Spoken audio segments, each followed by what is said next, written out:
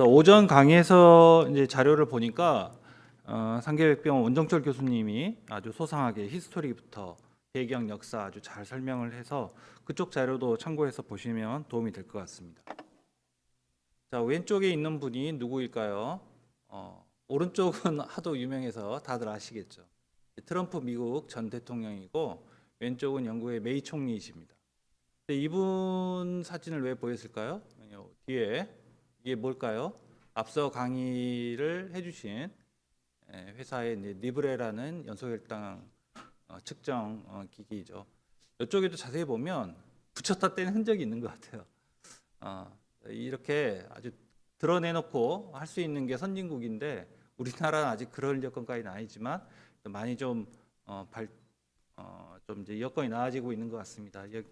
여기에는 이제 학회에도 우리 김가훈 회장께서 그 대한당뇨병학회 특임이사를 맡고 있고 그래서 이제 총무이사께 강의도 부탁드리고 이렇게 축사도 보내주시고 하는데 이런 그 단체의 역할이 그 동안에 우리나라 당뇨병 환자에 대한 인식을 바꾸는데 굉장히 큰 기여를 하지 않았나 생각합니다. 오늘은 이제 개념 정도로만 이게 말씀드릴 거고 실제로는 아무리 이론 강의를 해도 써본 사람이 가장 잘 할 수밖에 없습니다. 그래서 직접 체험을 해보면서 활용했으면 좋겠고 특히 연소혈당 측정 장비가 국민의힘 윤석열 후보가 먼저 또 급여 확대를 이제 이야기를 치고 나갔었죠. 그래서 민주당도 나중에 여기 이제 동의를 해서 이쪽 아마 보장성은 확실하게 다음 정부에서 확대될 걸로 예상을 하고 그 실효성은 연소혈당 측정 장비의 본인 부담금을 낮추는 것부터 시작하지 않을까 생각합니다.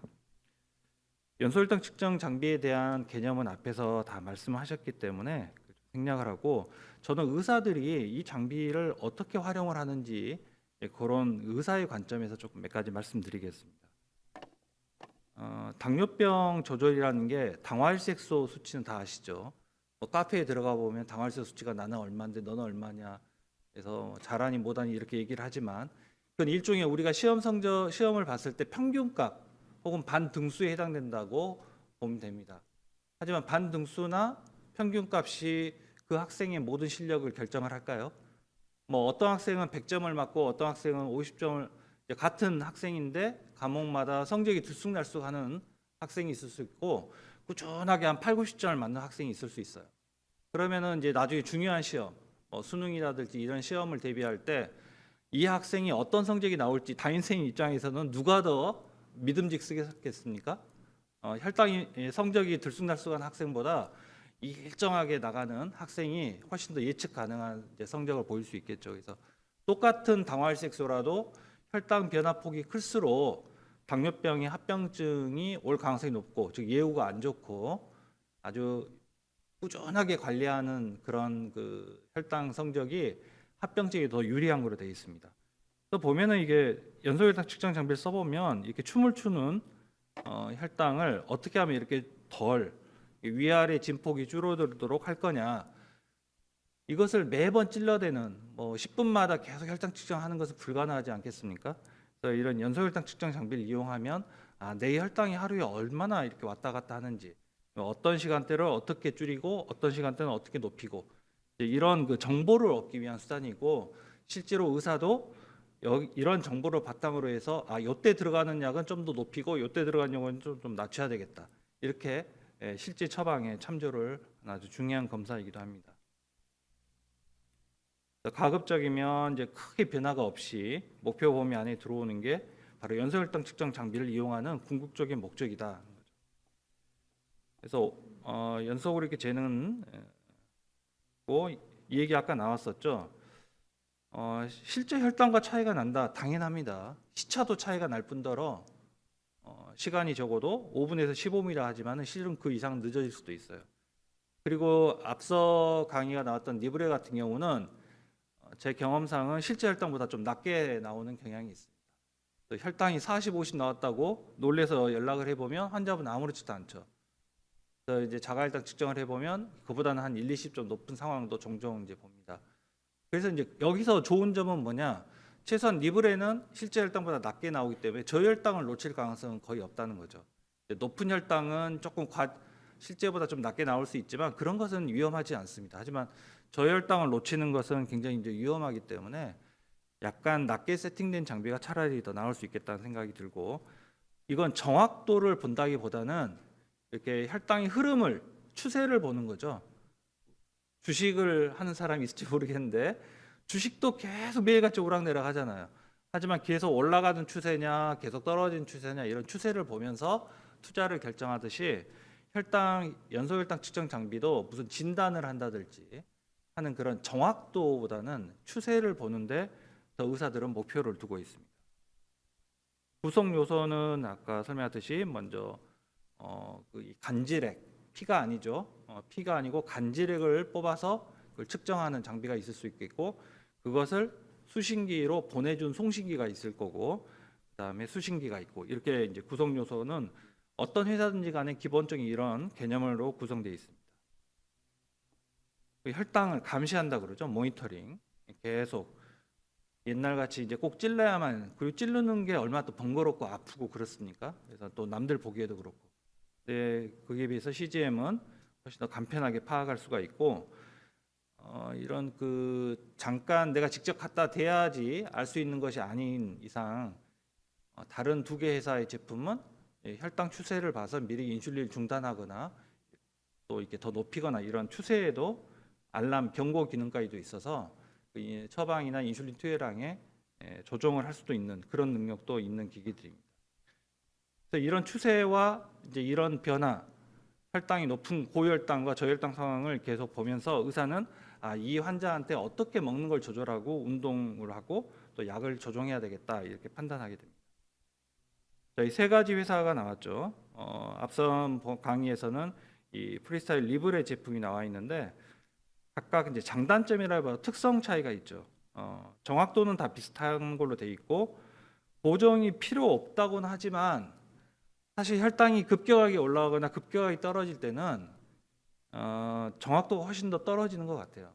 몇십 이상 굉장히 차이도 많이 나고, 그럴 때는 직접 재보는 것도 필요합니다. 그래서 이건 도저히 내 생각 판단하고 잘 안 맞는 것 같다. 그러면은 CGM을 만 믿지 말고 직접 한 번씩 체열을 해서 검사를 해보는 것도 필요하고, 스캔이야 뭐 자주 할수록 좋겠죠. 그리고 이건 이제 저절로 이제 보고를 하는 거고요. 그래서 전체적으로 퀄리티는 리얼타임, 실시간 CGM이 더 우수하다고 할 수가 있습니다. 하지만 어디서 차이가 나죠? 가격에서 차이가 나고 그 편의성에서 좀 차이가 나는 거죠. 그래서 그 가격 차이 중에 하나는 이 센서 하나 가지고 얼마 쓸 수 있냐에 따라서 이제 가격 부담이 달라지게 됩니다. 혈당 지표는 이건 이제 의사들이 보는 거기도 하지만은 여러 가지들이 이제 있고, 나중에 예시에서 제가 다시 말씀드릴게요. 제일 중요한 개념이 타이밍 레인지, 내가 원하는 혈당 안에 과연 몇 퍼센트가 들어오는지 하는 겁니다. 그래서 이것은 목표 범위가 이 초록색으로 표시된 범위인데 이걸 벗어나서 높은 것이 얼마나 차지하는지, 이런 게 가급적이면 없을수록 좋겠죠. 반대로 이게 너무 낮은 것도 위험하니까 좋지 않겠습니다. 가급적이면 낮은 것은 끌어올리도록 투약량을 조정을 하거나 전날 저녁에 먹는 것에 식단을 좀 구성을 변경을 해야 되겠고, 이렇게 튀는 것은 식사를 조절하거나 인슐린을 더 적극적으로 써서 이걸 끌어내리는, 그래서 이 타이밍 레인지 TIR이라는 이 초록색 안에 가급적이면 다 들어오도록 하는 노력이 필요합니다. 이게 최종 보고서로 많이 이제 프린트아웃해서 가져갈 거예요. 이걸 보고 의사가 다음 처방에 여기 있는 수치들을 입력하는데, 먼저 여기 더 세세히 나오죠. 실제 이 환자가 부착을 했는지를 이 정보를 통해서 얻습니다. 타갔는데 자기한테 쓰지는 않고 뭐 이렇게 또 사용도 하지 않고 타오는 걸 방지하기 위해서 실제 부착 CGM이 활성화된 기간을 의사가 체크해서 적게 돼 있습니다. 그리고 평균 혈당이 나오고 혈당 관리 표시기라 해서 GMI라는 새로운 개념 용어인데요. 아니면 추정 당화혈색소라고 할 수 있습니다. 이게 당화혈색소 수치가 제 환자분들 보니까 얼추 맞아요, 얼추. 정확하지는 않지만 경향은 비슷하게 나옵니다. 그래서 이게 이제 실제 병원에서 잰 당화혈색소와 CGM에서 추정하는 당화혈색 수치가 얼마나 맞는지 이런 거 같이 비교해 보는 것도 재미있겠죠. 그래서 이제 CGM을 이런 특성을 가지고 있으니까 내가 이렇게 생각을 해야 되겠다라고 미리 예측할 수도 있습니다. 그래서 이런 평균값, 그다음에 변동계수는 뭐죠? 아까 얘기했죠. 얼마나 춤을 추느냐, 얼마나 올라가고 내려가냐. 이 변동계수는 작을수록 좋겠죠.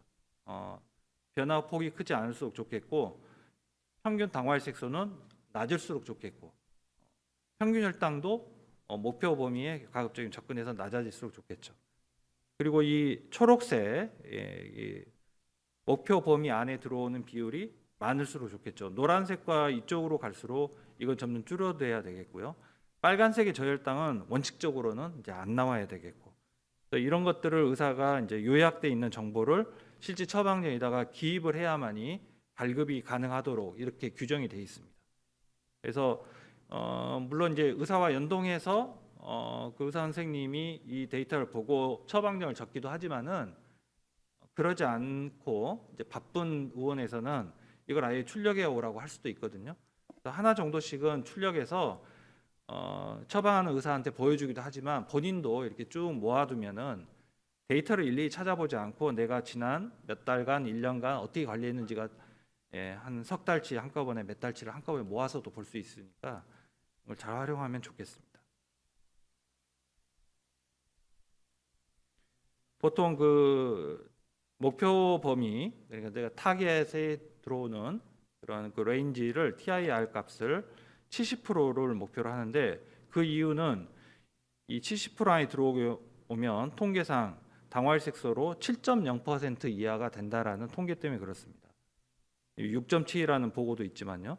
7.0이 1형 당뇨병 환자한테 조절 목표로 삼는 지표입니다. 그래서 7.0 이하로 낮추는 게, 즉 TIR로는 70% 이상 들어오게 만드는 게 현실적인 목표다. 90%나 더 낮아지면 안 되냐? 당연히 좋죠. 당연히 좋은데 단 조건이 저혈당이 없어야 됩니다. 저혈당을 감소하지 않고 당연히 100%에 가까울수록 당화혈색소는 정상인 5나 6%에 가까울수록 좋겠지만, 반드시 전제해야 되는 게 이제 저혈당 없이 이걸 도달해야 된다는 거죠. 자, 스캔 타이밍은 아까 설명이 나왔기 때문에 생략을 하도록 하고요. 제 생각이 그냥 하고 싶을 때 수시로, 우리 옛날 혈당 잴 때 혈당 수첩, 고전적인 혈당 수첩을 보면 어떻게 기록되어 있죠? 매 식사 전후, 아침 식사 전 식후 2시간, 점심 식사 전 식후 2시간, 저녁 식사 전 식후 2시간. 기본 3끼니를 먹은다 해서 6번에다가 자기 전이 추가돼서 7번 적을 수 있게 돼 있죠. 그게 바로 최소한의 스캔 시간이라고 저는 생각해요. 일일이 찌르는 건 그렇게 하기가 쉽지 않지만, 스캔은 최소한 8시간마다 해야 된다는데, 그것은 이제 그래프를 그리기 위한 이제 그 테크닉이고, 내가 보고 싶을 때 언제든지 봐야 되지만 최소한 7번은 해야 되고, 추가로 운동 전후도, 이건 굉장히 중요한 얘기죠. 우리 아이들이 이제 운동을 하기 전에 저혈당을 대비하기 위해서라도 수시로 이건 해보는 게 좋겠다. 보정이 필요한 경우는, 혈당이 급격하게 변화할 때는 회사에서는 필요 없다고 하지만 우리는 해봐야 된다고 생각합니다. 혈당이 너무 조절이 안 되거나 컨디션이 안 좋을 때는 CGM 수치만 믿지 말고 한 번씩 재보는 게 필요하겠다. 그리고 약물이 일부 영향이 줄 수 있는데요. 여기 아까 예시로 나온 게 아스피린이 있는데, 아스피린은 우리나라에서 거의 안 먹습니다. 실제 의사들도 거의 처방하지 않습니다. 그래서 아스피린 서양 사람들이 주로 많이 먹는 해열 진통제인데, 이게 굉장히 위장 장애가 있어요. 출혈도 일으킬 수 있고. 그래서 한국 의사들이나 한국 사람들은 위장에 그 안 좋은 약은 되게 싫어합니다. 그래서 아스피린은 실제로 영향을 주는 경우가 아마 거의 없을 텐데, 아세트아미노펜이라는 약은 요즘 코로나 때문에 굉장히 많이 쓰이고 있어요. 그래서 이런 약은 조금 영향을 줄 수 있겠다. 하지만 약을 1년 내내 먹는 약이 대부분 아니고 잠깐 먹는 거기 때문에 약물에 의한 영향은 별로 신경 안 써도 되겠지만, 하지만 의사는 어떤 약을 먹고 있는지, 왜 실제 혈당과 예상되는 그 CGM 데이터가 안 맞는지, 이런 거 할 때 무슨 약을 먹고 있는지 확인할 필요는 있겠습니다. 그래서 살리실릭 엑시드, 이게 아스피린이죠. 이건 그래서 거의 현실적으로는 안 나올 것 같고, 만약 실제 복용하게 되면 실제보다 낮게 나올 수 있다는 거고요.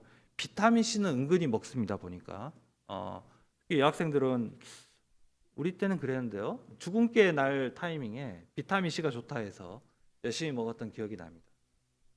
그래서 이제 이런 비타민 C가 포함되어 있는 드링크류도 많이 있죠. 이런 걸 먹게 되면 실제보다 좀 높게 나올 수 있는데 드링크 자체가 워낙 달기 때문에 또 비타민 C라고 되어 있는 제품들 가만히 보면 당분이 굉장히 많이 들어있어요. 그래서 그런 것은 원칙적으로 안 먹어야 된다. 자, 비용은 이미 써본 분은 다 이제 경험하시겠지만 프리스타일 리브레의 가장 이게 지금 많이 나가고 있는 이유가 바로 저렴한 가격 때문이죠. 상대적으로 그래서 하나 가지고 2주씩 쓰죠. 다른 것은 일주일 내지 열흘 쓰는 거에 비해서. 그런데 단가 자체도 좀 낮습니다. 그래서 본인 부담률이 이제 가장 낮은데 나머지는 이제 그만큼 퀄리티가 좀 있고 특성 자체가 좀 다르죠. 결국은 지금 하고 있는 김가온 회장님이나 학회에서도 신경 쓰고 있는 다음 단계가 요 부담금을 저 줄이자 하는 얘기입니다. 물론 이제 연소혈당 측정 장비를 그 인슐린을 맞지 않는 즉 1형 당뇨병이 아닌 2형 소아청소년이나 임신부에도 이제 쓸 수 있게 하자. 이런 게 이제 다음 단계로 지금 얘기되고 있는 거고 본인 부담금을 낮추자는 얘기도 저희가 이제 건의를 준비하는 걸로 알고 있습니다. 비용은 이렇게 되어 있지만 그래서 이걸 계속 사용할 필요는 없다고 생각합니다. 너무 부담이 되면 좀 쉬었다가 쓰고 뭐 한 달에 절반만 쓴다든지 아니면 내 컨디션이 안 좋을 때만 쓴다든지 뭐 이렇게 좀 뛰어가면서 이게 사용하면은 좀 부담을 줄이면서 할 수 있지 않을까. 그래서 자가혈당 측정기를 완전히 놔버릴 게 아니라 그것도 계속 보유를 하면서 중간중간 활용해 가면은 비용 부담을 아끼면서 정확도도 계속 보정할 수 있지 않을까 생각합니다. 급여 지원 대상은 아직까지 1형이죠. 아주 이 1형 당뇨병으로 상병 코드가 210인데 의사가 이렇게 처방을 넣는 순간 먹는 약은 어떤 약도 보험이 안 됩니다. 그래서 사실상 1형 당뇨병에 가깝지만은 먹는 약을 계속 보험으로 적용받기 위해서 211 2형 당뇨병 코드를 유지하는 환자도 사실 있긴 합니다. 1형이 되는 순간 먹는 약은 보험이 안 되지만 이런 그 장비, 펌프나 이런 거에 대한 지원된다. 그걸 아시면 되겠고요. 그리고 그 1형 당뇨병 환자한테 소모품을 처방할 수 있는 의사는 내과, 소아청소년과 전문의로 국한돼 있습니다. 그러니까 내과 전문의가 아니거나 소아청소년과 전문의가 아니면 1형 당뇨병 환자한테 이 처방전을 쓸 수가 없어요. 아예. 그래서 거의 전문의 면허번호를 적게 돼 있습니다. 그래서 그 혹시 주치 선생님이 내과나 소아청소년과가 아닐 경우에는 혹시 이런 애로사항이 있을 수도 있다는 거 아시면 되겠습니다. 이건 이제 학회에서 만든 이제 CGM 관리하고 이제 이걸 활용하는 법에 대한 책자 소개가 있고요. 이제 펌프는 아주 간단하게만 말씀드리겠습니다. 펌프는 뭐죠? 인슐린을 주입하는 방법이죠. 아주 고가의 장비부터 아주 간단한 그 소량 투여하는 이런 그 패치형도 있습니다. 지금 이 중에서 CGM과 연동되는 게 이오플로우의 이제 이오 패치라는 건데 이게 이제 종종 우리 행사에 많은 후원도 하는 회사로 알고 있습니다. 그래서 이런 장비를 이용해서 이제 사용할 수도 있고 아니면 앞서 본 이런 상당히 고가 적어도 150만 원에서 뭐 한 800만 원까지 하는 고가의 이제 펌프들도 있습니다. 펌프 중에서 최소한 요즘 나온 것들은 이제 메드트론이라는 회사가 가장 유명합니다. 이 회사의 이런 모델들은 이 혈당 추이를 이렇게 쭉 봐서 이게 너무 떨어질 것 같다. 그럼 딱 중단을 시키는 거죠. 그럼 최소한 저혈당을 막는 기능이 있습니다. 그래서 혈당을 감지해서 거기에 연동해서 인슐린 투입을 하는 이런 정도 장비들이 있고 더 나가서 완전히 장비들끼리 알아서 조절하는 거죠. 한쪽에는 CGM을 달고 한쪽에는 인슐린 주입 펌프를 달아서 블루투스 같은 걸로 서로 이제 정보를 주고받아서 혈당이 너무 떨어지는 것 같다 하고 신호를 주면 펌프가 알아서 멈추고 혈당이 올라가는 추세다 그러면 인슐린 투여량을 다시 늘리고 이렇게 지가 알아서 조절하는 이 정도까지 발전이 돼 있는데 이제 이런 장비를 실제로 미국에서 메디트로닉사 쓰고는 있지만 그런 제품도 있고 너무 비쌉니다. 유지비도 만만치 않고요. 근데 나중에는 결국 이런 장비가 우리 1형 당뇨병 환자들한테 적용이 되고 그걸 이제 회사 보고 가격을 낮추라 하기는 좀 어렵지. 이거 개발하는 단계에서 쉽지 않은 일입니다. 정부 지원이 이제 늘어나서 보험이 될 수 있도록 이렇게 노력을 학회나 이런 협회가 할 겁니다.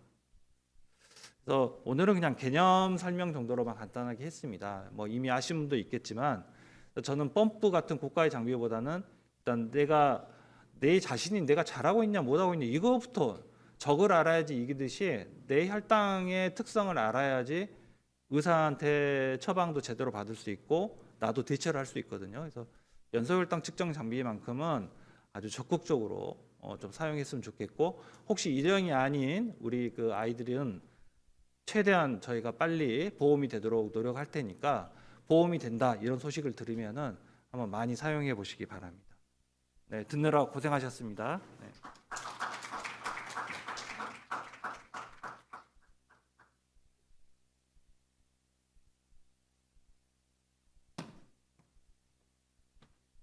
질의응답 시간을 가져야 된다고 하네요.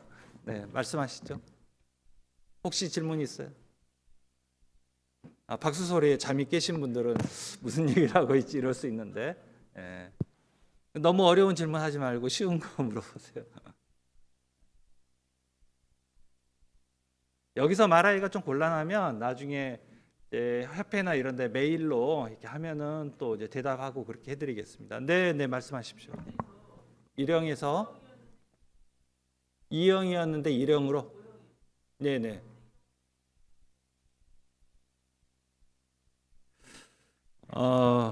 의학적으로는 일단 가능성 거의 없습니다. 약간 중간형이라 그러죠.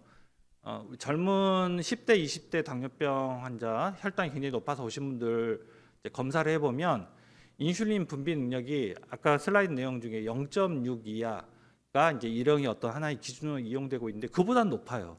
하지만 뭐 0.78 이렇게 이런 기준에는 못 미치지만 인슐린이 거의 잘 안 나오는 이런 애매한 일형이 있습니다. 그래서 1.5형은 의학적 표현은 아닙니다. 그냥 환자분한테 이해하기 쉽게 의사가 아마 설명하는 용어인데 2형도 아니고 근다해서 전형적인 1형도 아닌 이런 애매모호한 분들이 우리나라 환자분 중에는 꽤 있습니다. 노인분들도 꽤 있습니다.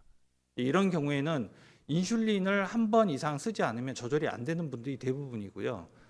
그건 곧 췌장에서 인슐린을 만들어낸 능력이 이제 거의 다 소실됐다는 얘기인데, 다시 완치되는 경우란 얘기는 췌장 기능이 다시 완전히 회복됐다는 걸 의미하거든요. 근데 그런 경우는 아직은 없습니다. 현대의학에서. 그런 방법을 찾는다면 진짜 당뇨병 완치의 길이 열리는 거고, 뉴스에서 뭐 엄청나게 대서특필이 되고 노벨상을 한꺼번에 10개 받을 업적입니다. 그런 것을 발견한다는 것은. 그러니까 그 전까지는 일단 그런 그 요행이나 어떤 당뇨병 완치를 나 이것만 하면 완치돼. 이건 약간 이제 사기 아닌가 항상 의심해 보셔야 돼요. 대다수의 의사들이 완치란 건 없이 자기 관리를 잘 하는 것이 중요하다라고 하는데, 특정 의사가 완치라고 하면은 그 사람은 조금 이제 사기일 가능성이 높습니다. 그런 것에 현혹되지 마시고 합병증이 없이 잘 관리를 하다 보면 언젠가는 현대의학에서 완치법을 발견해 내겠죠. 물론 이제 췌장 이식이나 이제 채도 이식이나 이런 방법들이 시도되고 있지만, 채도 이식을 한 다음에 평생 동안 면역 억제제를 먹는다든지 또 실패한 일도 있고 이렇기 때문에 선뜻 의사들이 채도 이식만 하면 해결돼요 이렇게 쉽게 말 못하는 거거든요. 아무튼 쉽고 아주 간편하면서 완치할 수 있는 방법이 나오기 전까지는 합병증을 잘 막도록 관리하면서 기다리시는 수밖에 없습니다. 완치의 길을 의사는 절대 하지 않습니다. 그냥. 예. 다른 질문이 있을까요?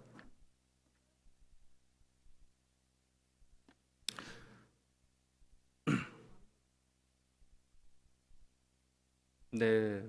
자, 민간요법 중에 상당수는 혈당을 낮추는 효과가 실제 있습니다. 근데 그걸 왜 제약회사에서 약으로 안 만들까요? 몰라서? 이런 평범한 우리나라 의학 지식이 없는 분들이 다 아는데 제약회사가 그걸 몰라서 약으로 안 만들겠습니까? 이제 물론 현대에 지금 우리가 쓰고 있는 약이 없었던 시절, 조선시대나 이럴 때는 당연히 그런 민간요법 경험적으로 쓰면은 당뇨병을 어떻게 하는지 좀 혈당을 낮추는데 최선을 다하는 방법이었겠죠. 근데 지금 제약회사가 약으로 만들지 않는다는 것은 일단 그 식품 민간요법이 지금 현재 쓰이고 있는 약보다 효과가 뛰어나지 않고 부작용은 더 많고 뭔가 문제가 있기 때문에 약으로 안 만드는 거지 몰라서 안 만드는 건 아닙니다. 자, 그 말을 뒤집어서 보면 현재 약보다 더 낫지도 않고 효과도 없고 부작용도 알 수 없는 그런 약들을 비싼 돈을 주고 혹은 내가 막 고생을 해서 물을 끓여가지고 먹고 이럴 필요가 있냐 하냐는 거죠. 간혹 재수 없으면 독성 간염이나 신장이 망가져서 오신 분들도 있어요. 그런 민간요법 잘못하다가. 그래서 이미 검증이 된 약들 또 보험이 되면 굉장히 싸지 않습니까? 약들 약값 자체는 굉장히 싸죠. 그 이번 바이든 대통령이 그 초당적으로 대처해야 될 것 중에 인슐린 가격 1년에 뭐 몇백만 원, 천만 원 이상을 약값으로 부담을 한대요, 미국에서는. 그것 때문에 유효기간 지난 인슐린을 구해다가 쓰고 막 이런다는 거죠. 일반 의료보험이 있는 환자들조차도 그렇고 없는 사람들은 아예 엄두도 못 내고. 그 캐나다로 몰래 넘어가서 인슐린 사오고 그런 데지 않습니까? 근데 우리나라 약값은 진짜 싼 겁니다. 외국에 비해서. 그래서 이렇게 싸면서 이미 다 검증이 돼 있고 이상 반응에 대한 정보도 다 노출돼 있는 이런 약을 놔두고 효과도 검증되지 않고 내 몸에 어떤 영향을 줄지 모르는 민간요법을 찾아다니는 것은 제 생각에는 이제 바람직하지 못하다. 예, 그래서 저는 말리고 싶습니다. 제약회사가 돈이 되면 반드시 만들죠. 근데 안 만드는데 다 이유가 있습니다. 민간요법으로 알려진 것들. 네, 이상 마치겠습니다.